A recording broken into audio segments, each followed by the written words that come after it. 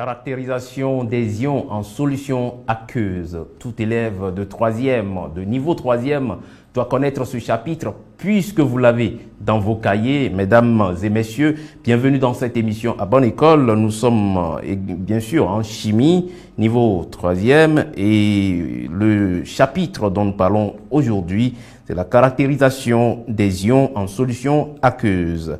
Mais bien avant, comme à l'accoutumée, l'inspecteur Saba est à nos côtés. Inspecteur, nous sommes en chimie. Merci, bonjour. Ce matin, nous allons apprendre aux élèves comment caractériser certains ions en solution aqueuse. En fait, nous parlons de solution chaque fois qu'il y a un mélange d'au moins 2 corps. Donc, un majoritaire et l'autre minoritaire. Lorsque le corps majoritaire est de l'eau, nous parlons de solution aqueuse. Alors, donc, pour trouver la nature des ions dans cette solution, il faut faire des tests. Je rappelle que dans toute solution aqueuse, il y a des ions positifs, il y a des ions négatifs. À l'œil nu, on ne peut pas savoir quelle est la nature de l'ion qui est contenu dans la solution. Il faut faire quelques prélèvements, il faut faire quelques tests pour affirmer que cette solution-là contient tel ion ou tel autre. Voilà donc ce que nous allons montrer ce matin.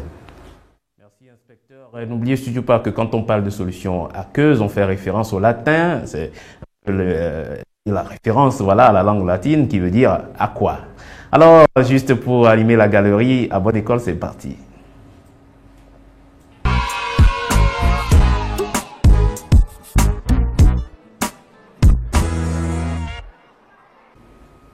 Mon nom, c'est M. Aziator, professeur de physique, chimie et technologie au secondaire du 1er cycle.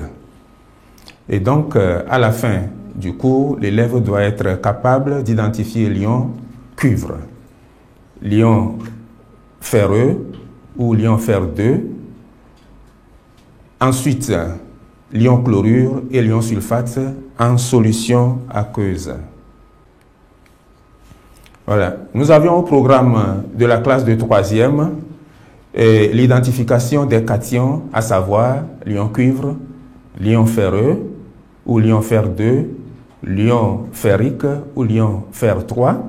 Ensuite, pour les anions, l'ion chlorure, l'ion sulfate et l'ion carbonate. Mais à la présente séquence, nous allons identifier l'ion cuivre, l'ion ferreux ou ion fer 2, l'ion chlorure et l'ion sulfate en solution aqueuse.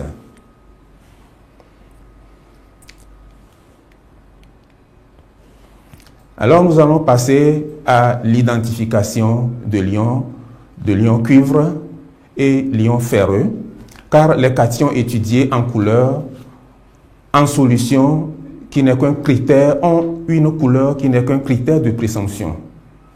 Alors, pour l'ion cuivre en solution a une couleur bleue, tandis que l'ion ferreux en solution a une couleur vert pâle.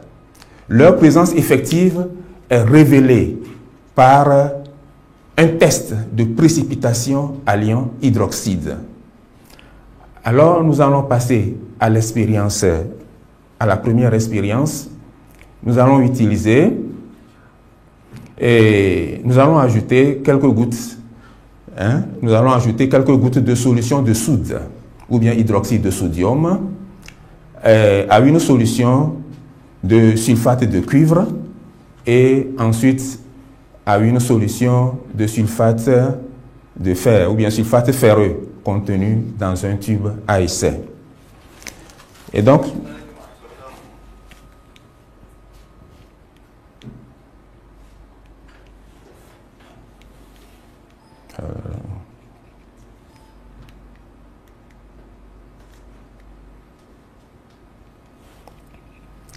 nous allons passer à l'identification de l'ion cuivre à la première expérience.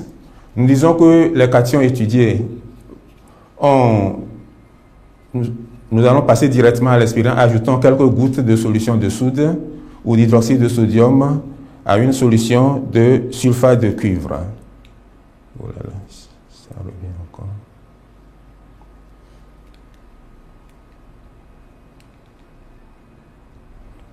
Voilà. Nous avions ici une solution de sulfate de cuivre. Nous allons essayer de faire la différence. Vous voyez, c'est la solution de sulfate de cuivre, c'est ça que nous avions préparé ici. C'est un truc sous forme de sel de cuisine, qui est toujours bleu dans la boîte là, que nous avions mis dans de l'eau distillée. Et c'est devenu comme ça. Et donc voilà la solution que nous avions ici. Nous avions ici une solution d'hydroxyde de cuivre que j'ai mis dans la seringue ici. D'hydroxyde de sodium que nous avions dans la seringue. Nous allons essayer de mettre quelques gouttes dans la solution pour voir ce que ça va donner. Vous voyez, nous avions déjà le précipité bleu. Et c'est ce précipité bleu-là qui nous permet de dire ou bien de confirmer que la solution-là contient effectivement de l'ion cuivre. Parce qu'il y a beaucoup de solutions qui ont des couleurs bleues, mais pour avoir la confirmation que ça contient de l'ion cuivre, il faut passer par ce test. Et donc voilà la solution de départ. Voilà avec l'hydroxyde de sodium ce que ça a donné, le précipité bleu.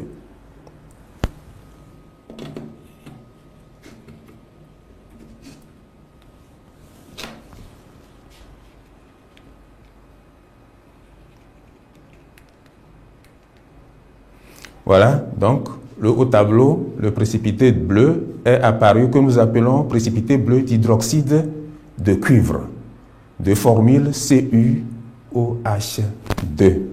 Voilà.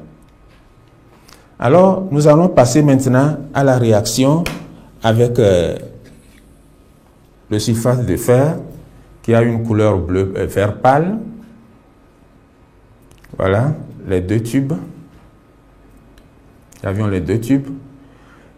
Et là également, nous allons passer au test avec l'hydroxyde de sodium et voir si effectivement la solution là contient de l'ion ferreux. Et donc, j'ajoute, et vous voyez ici, nous avions le précipité verdâtre d'hydroxyde ferreux.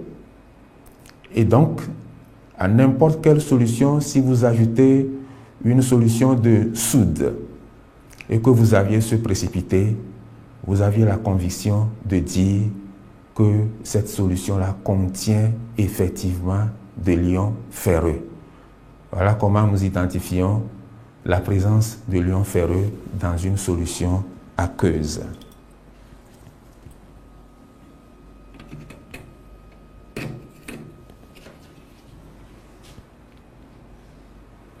Et donc, nous avions au tableau le précipité verdâtre d'hydroxyde de fer 2, FeOH, OH2.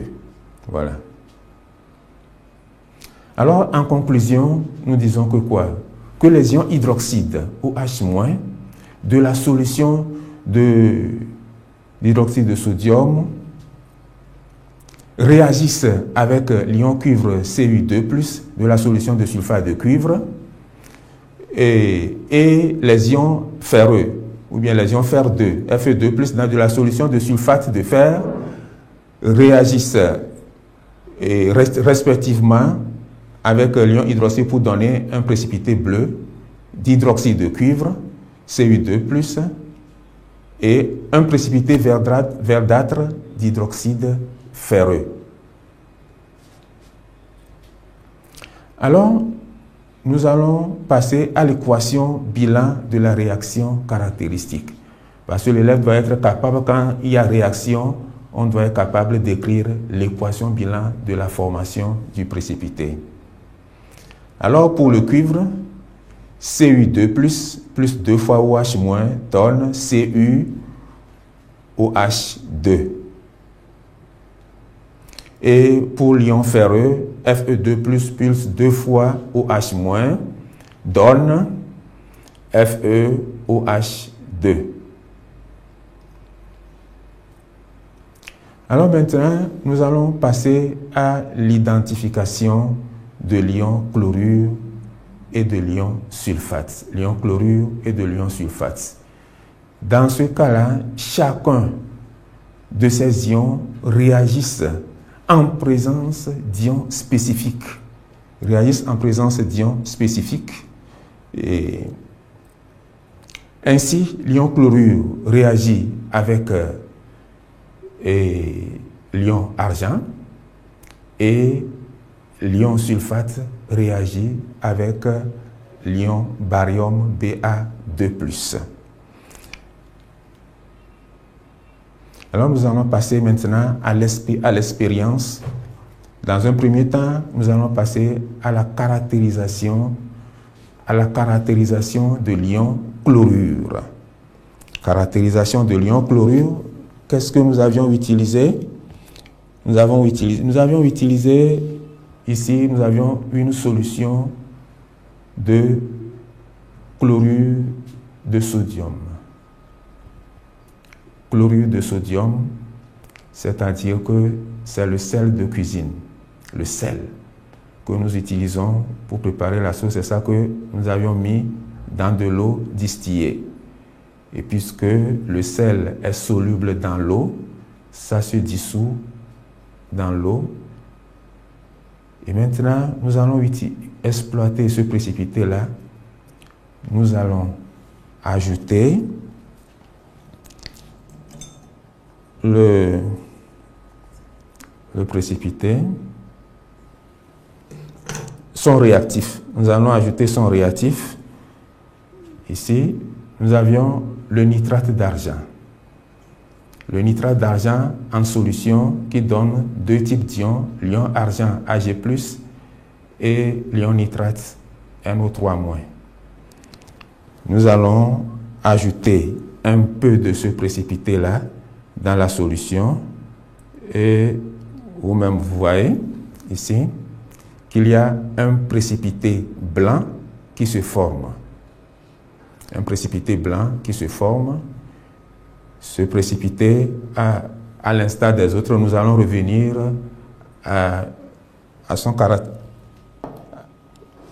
aux caractéristiques.